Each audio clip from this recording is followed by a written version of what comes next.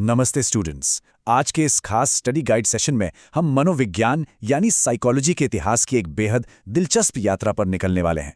हम देखेंगे कि कैसे ये विषय प्राचीन दर्शन शास्त्र की पहेलियों से निकलकर आज का एक प्रॉपर साइंटिफिक डिसिप्लिन बन गया। तो चलिए, बिना किसी देरी के मानव मन को समझने की इस अद्भुत यात्रा को शुरू करते हैं। सबसे पहले तो बिल्कुल बेसिक से शुरुआत करते हैं। आखिर ये साइकोलॉजी शब्द आया कहां से? दरअसल ये दो यूनानी शब्दों से मिलकर बना है। पहला है साइकी, जिसका मतलब होता है आत्मा या मन, और दूसरा है लोगोस यानी अध्ययन या विज्ञान। तो जब इस विषय की बिल्कुल शुरुआत हुई थी तो इसका सीधा सा अर्थ था आत्मा का विज्ञान। आज के इस एक्सप्लेनर में हम इस विकास को 5 खास ऐतिहासिक चरणों में समझने वाले हैं। पहला है आत्मा का विज्ञान, फिर मन का विज्ञान, उसके बाद चेतना का विज्ञान, फिर व्यवहार का विज्ञान और अंत में आज का आधुनिक मनोविज्ञान। हर स्टेज ने पिछले वाले की कमियों को कैसे दूर किया, ये देखना वाकई मजेदार है। तो आइए पहले चरण पर चलते हैं, जो है आत्मा का विज्ञान। प्राचीन काल में प्लेटो और अरस्तु जैसे महान दार्शनिकों ने, और यहाँ तक कि हमारे प्राचीन भारतीय ग्रंथों ने भी इंसान के हर व्यवहार को उसकी शाश्वत आत्मा से जोड़कर देखा। लेकिन इस पूरी सोच में एक बहुत बड़ी खामी थी। आत्मा कोई ऐसी चीज तो है नहीं जिसे हम प्रत्यक्ष रूप से देख सकें या किसी वैज्ञानिक पैमाने से नाप सकें। साइंटिफिक प्रूफ के इस बिल्कुल अभाव ने एक बड़े बदलाव को जन्म दिया। और इसी बदलाव के साथ हम 17वीं शताब्दी में दूसरे चरण में प्रवेश करते हैं, जो था मन का विज्ञान।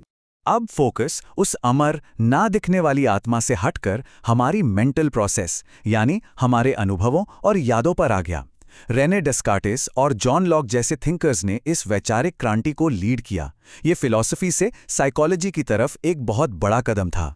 पर सच कहें तो समस्या अभी भी पूरी तरह सुलझी नहीं थी।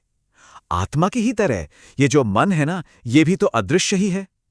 विचार पैदा तो हो रहे थे, लेकिन उन्हें भौतिक रूप से तौलना या मापना अभी भी असंभव था। मतलब ऑब्जेक्टिव साइंटिफिक मेजरमेंट के मामले में ये थ्योरी भी फेल हो गई और एक नए कदम की सख्त जरूरत महसूस हुई।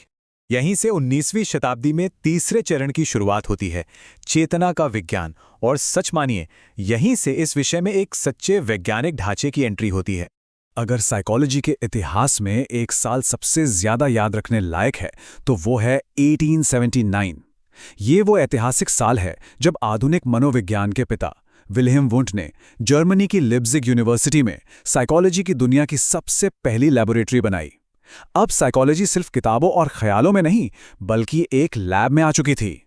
वुंट और विलियम जेम्स ने मिलकर एक नया तरीका निकाला, जिसे अंतर्दर्शन पद्धति या इंट्रोस्पेक्शन मेथड कहा गया। इसमें लोगों को खुद के अंदर झांककर अपनी भावनाओं और मानसिक अनुभवों को रिपोर्ट करना होता था। मकसद था वैज्ञानिक प्रयोगों के जरिए चेतना को मापना। सुनने में तो ये काफी अच्छा लगता है, पर इसमें भी एक बड़ी दिक्कत थी। ये सेल्फ रिपोर्टिंग का तरीका बहुत ज्यादा सब्जेक्टिव था। मतलब एक ही चीज को देखकर दो अलग अलग लोग बिल्कुल अलग अलग बातें महसूस कर सकते थे।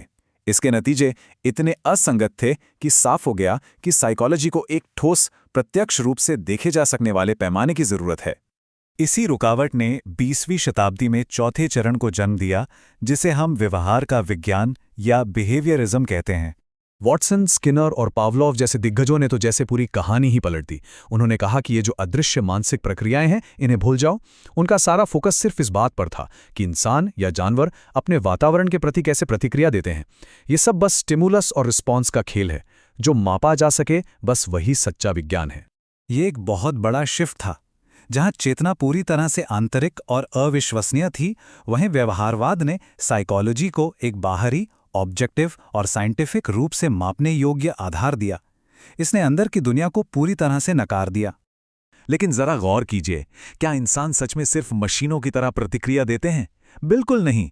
व्यवहारवाद की सबसे बड़ी सीमा यही थी कि इसने हमारी भावनाओं, यादों और जटिल विचारों को पूरी तरह इग्नोर कर दिया। मनुष्य सोचते भी हैं। इस बड़ी खाई को भरने के लिए एक बहुत ही व्यापक, आधुनिक दृष्टिकोण की जरूरत थी। और इसी से जन्म होता है हमारे 5वें और वर्तमान चरण का, यानी आधुनिक मनोविज्ञान का। आधुनिक मनोविज्ञान ने पुरानी सभी कमियों को दूर करके एक होलिस्टिक अप्रोच अपनाया। इसने व्यवहारवाद के कठोर विज्ञान को भी रखा और साथ ही संज्ञानात्मक विज्ञान, मानवतावाद और फ्रॉइड, पियाजे और मैस्लो जैसे महान विचारकों के मनोविश्लेषण को भी एक साथ मिला लिया। इस टेबल को ध्यान से देखिए। आज के समय में इस विषय का दायरा कितना बड़ा हो चुका है। एजुकेशन से लेकर क्लिनिकल डायग्नोसिस, फैक्ट्रियों के वर्कस्पेस, सोसाइटी के ग्रुप डायनामिक्स, बच्चों के विकास और रोजमर्रा की काउंसलिंग तक, साइकोलॉजी आज मानव जीवन के लगभग हर पहलू को गहराई से छू रही है। इस पूरी चर्चा को समेटने से पहले भारतीय परिप्रेक्ष्य और इसके योगदान पर एक नज़र डालना बहुत जरूरी है। वेस्टर्न साइंटिफिक लैब्स के बनने से सदियों पहले हमारे प्राचीन भारतीय ग्रंथों जैसे वेद, उपनिषद और भगवद गीता ने चेतना, कार्यों और आंतरिक शांति के बीच के कनेक्शन को बहुत गहराई से समझाया था। मानसिक शांति के लिए योग और ध्यान और मानव व्यवहार पर कर्म और संस्कारों का प्रभाव, ये ऐसे कॉन्सेप्ट्स हैं जो आज की मॉडर्न साइकोलॉजी में भी अपनी मजबूत जगह बनाए हुए हैं। तो स्टूडेंट्स, इस पूरी ऐतिहासिक टाइमलाइन को समझना सिर्फ इतिहास रटने के बारे में नहीं है। आज की साइकोलॉजी कैसे काम करती है, इसके मॉडर्न थ्योरीज और समाज में उनके एप्लीकेशन का बेस क्या है, ये सब समझने के लिए इस विकासवादी सफर को जानना बेहद जरूरी है। आत्मा से विज्ञान तक की ये यात्रा ही आज के इंसानी दिमाग को समझने की असली ताकत देती है। अब इस पूरे सेशन को खत्म करने से पहले एक बहुत ही दिलचस्प सवाल सामने आता है। मनोविज्ञान अदृश्य आत्मा से लेकर प्रत्यक्ष व्यवहार और अब जटिल कॉग्निटिव प्रोसेस तक का सफर तय कर चुका है। तो अगला विकासवादी चरण मानव मन के किन अज्ञात क्षेत्रों पर विजय प्राप्त करेगा? इंसानी दिमाग को समझने की इस अंतहीन यात्रा में मनोविज्ञान की अगली मंजिल क्या होगी? इसी विचारोत्तेजक सवाल के साथ हम आज का स्टडी गाइड यहीं समाप्त करते हैं। जुड़ने के लिए बहुत बहुत धन्यवाद।